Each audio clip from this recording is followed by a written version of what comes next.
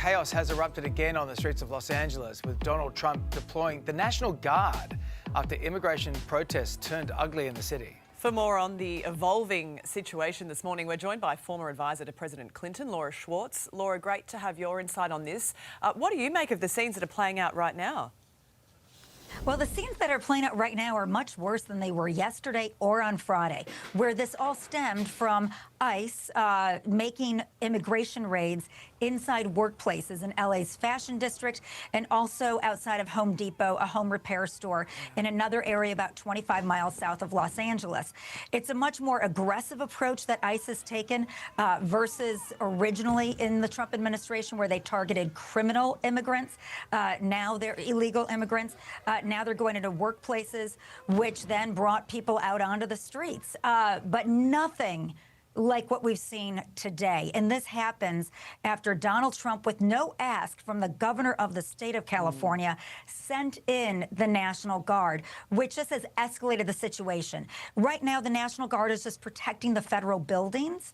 The LA Police Department and LA County are in charge of this, peaceful demonstration that has gone awry. They've made arrests, but it's much larger in numbers. And, it's not just people saying ICE go home, hands off our immigrants. It's also Palestinian protesters have arrived and other folks as well. And that's what happens when these things escalate.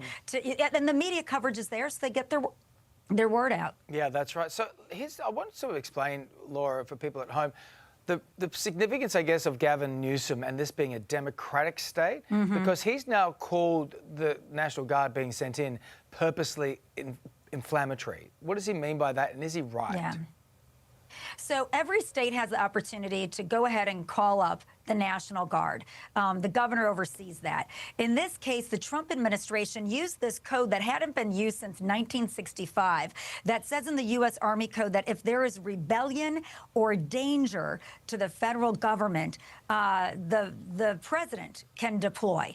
Well, the president deployed these 2,000 National Guards without the consent of the state of California. And the state of California really felt that they had this under control. And as I said, today is a much bigger day, because with this absolutely has come escalation from what we have seen.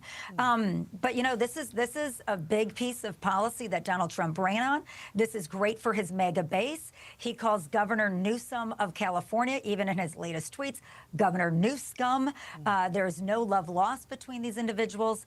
But Donald Trump is definitely making a big stand for sure. Well, the presence of the National Guard, as we can see in these pictures that have been coming throughout the morning, have certainly intensified the situation in downtown Los Angeles as we go to where today. So how do you see this playing out over the coming days?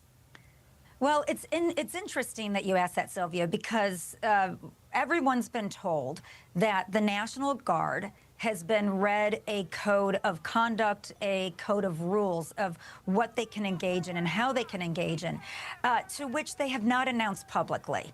And even Karen Bass, the mayor of Los Angeles, as well as Governor Newsom of California, have asked, what are these rules of engagement? We really need to know this. So it's been very close guarded. It makes it hard for LA to do the job that they are there to do. They do it well.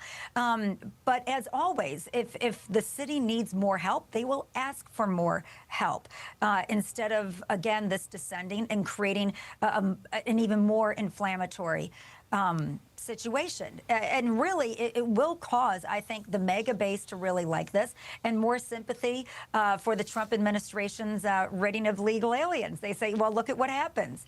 You don't want crime in your cities. Donald Trump has even said to the degree that we should deploy everywhere. But we are not a military state, and we don't use our military on our own. We understand that illegal immigration has to both stop and there has to be a path to citizenship, whether that's people go home to their home countries and then apply and come back. But right now we have no program for that.